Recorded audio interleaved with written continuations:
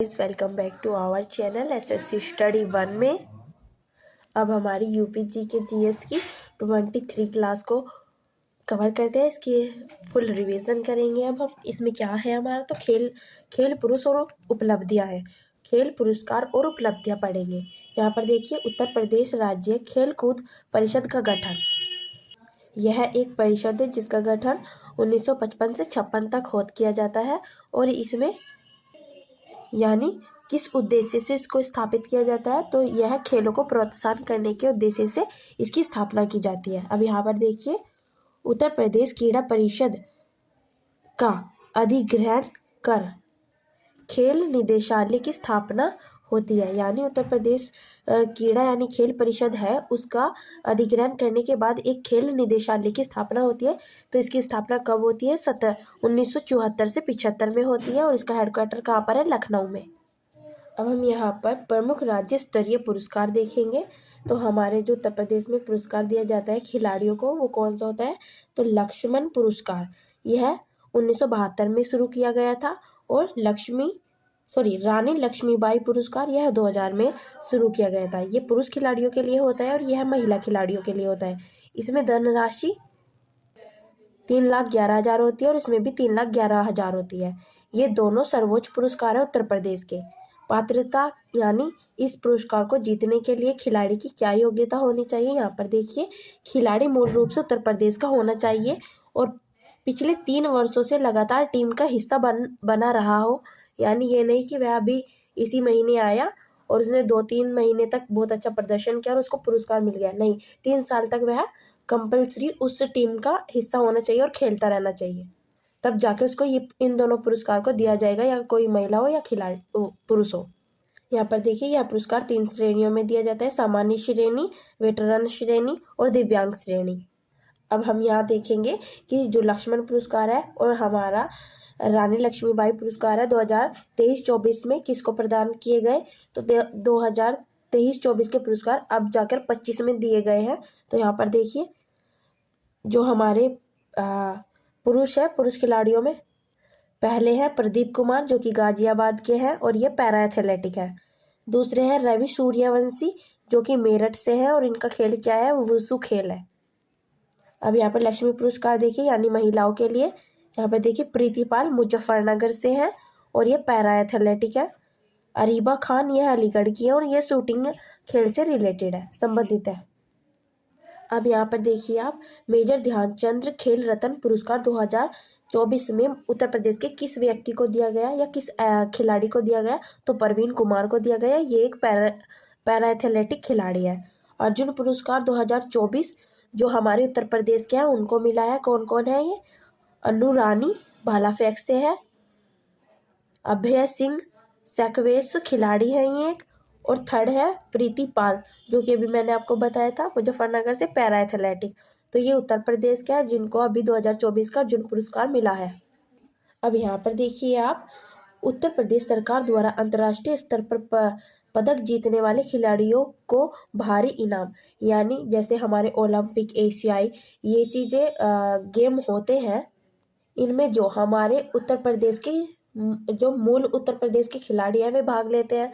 तो वे भाग जब लेते हैं और वहाँ पर जीतते हैं, स्वर्ण पदक, रजत पदक या कांस्य पदक जो भी जीतते हैं, तो वो जो ओलंपिक में उनको जो भी मिलेगा धनराशि वगैरह जीतने पर, वो तो मिलता ही है, पर उन्हें अलग से उत्तर प्रदेश सरकार खुद से भी सम्मानित करती है। तो यहाँ पर देखिए वो क्या क्या, किस किस खेल में क्या क्या चीज़ देती है किस पदक के लिए। अगर उत्तर प्रदेश के खिलाड़ी ओलंपिक में स्वर्ण पदक जीतते हैं या कोई रजत पदक जीतता है या कांस्य पदक जीतता है, तो स्वर्ण पदक वाले को 6 करोड़ रुपए देती है, रजत पदक वाले को 4 करोड़ रुपए और कांस्य पदक वाले को 2 करोड़ रुपए देती है। ऐसे ही यहाँ पर देखिए, एशियाई पदक विजेता यानी एशियाई खेलों में जो स्वर्ण पदक लेगा उसको 3 करोड़ रुपया दिया जाएगा, रजत पदक जीतेगा तो 1.5 करोड़ रुपया दिया जाएगा और कांस्य जीतेगा तो 75 लाख रुपए दिए जाएंगे।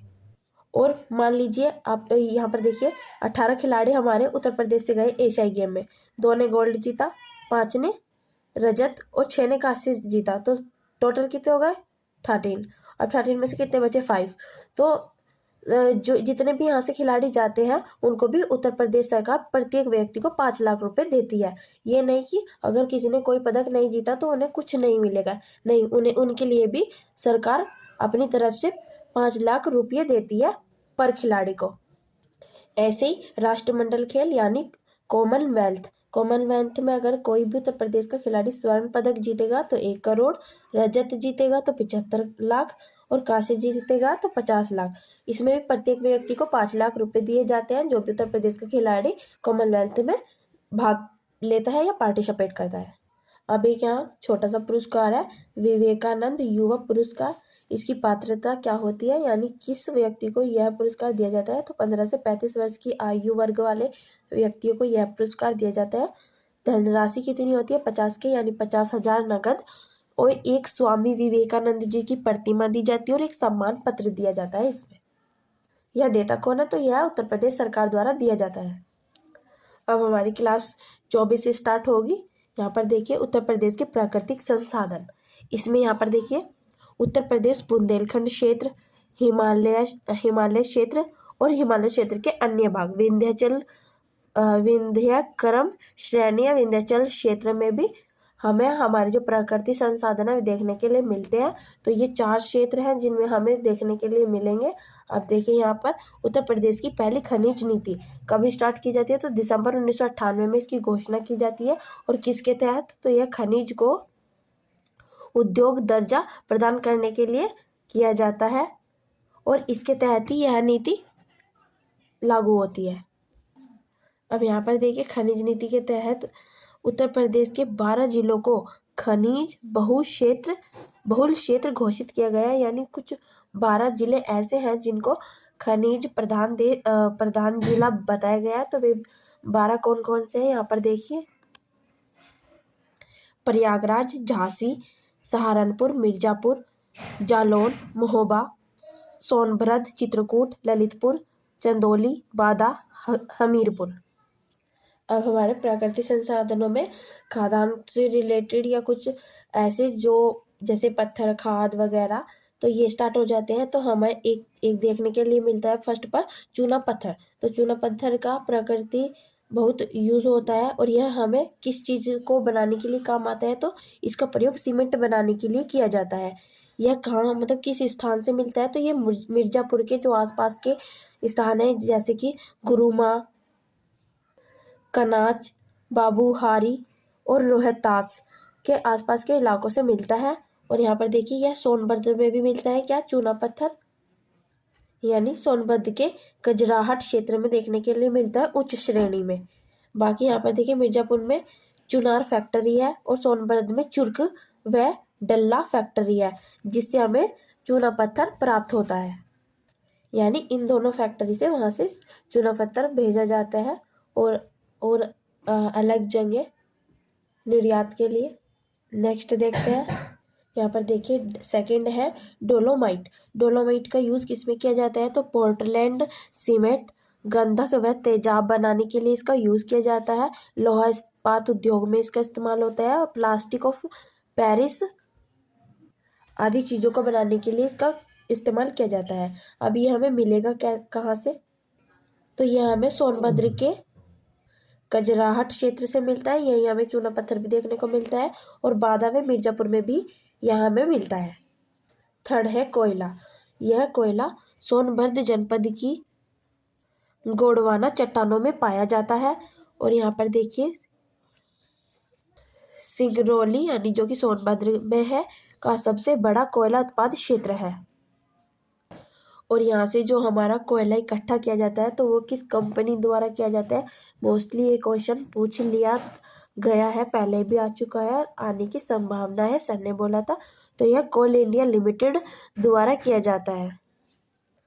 यहाँ पर देखिए 4 है हमारा ग्रेफाइट हमें कहाँ से मिलता है, हमीरपुर से मिलता है।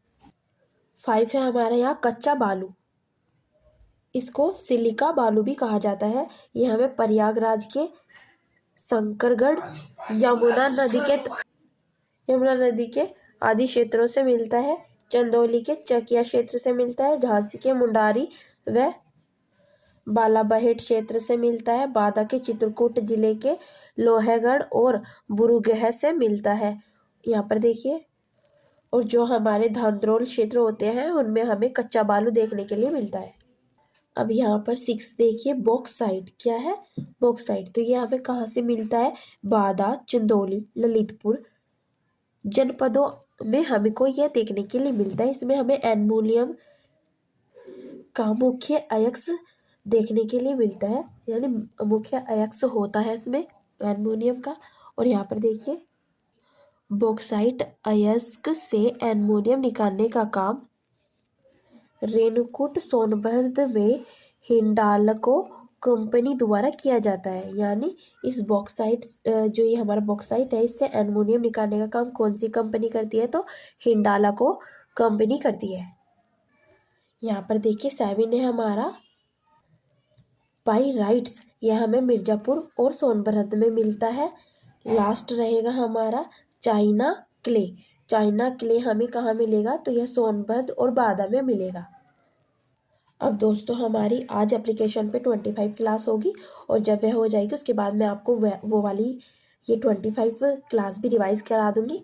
बाकी अगर आपको मेरा वीडियो अच्छा लगे तो like, comment and subscribe. PDF आपको मैं जानकारी दे दूँ तो पीडीएफ आपको 15 जनवरी के बाद से मिलना स्टार्ट हो जाएगा, और वो टेलीग्राम चैनल पे मिलेगा। उसका नाम मैं आपको जब भी मेंशन कर दूंगी या कि वीडियो में, यह मैं आपको बता दूंगी।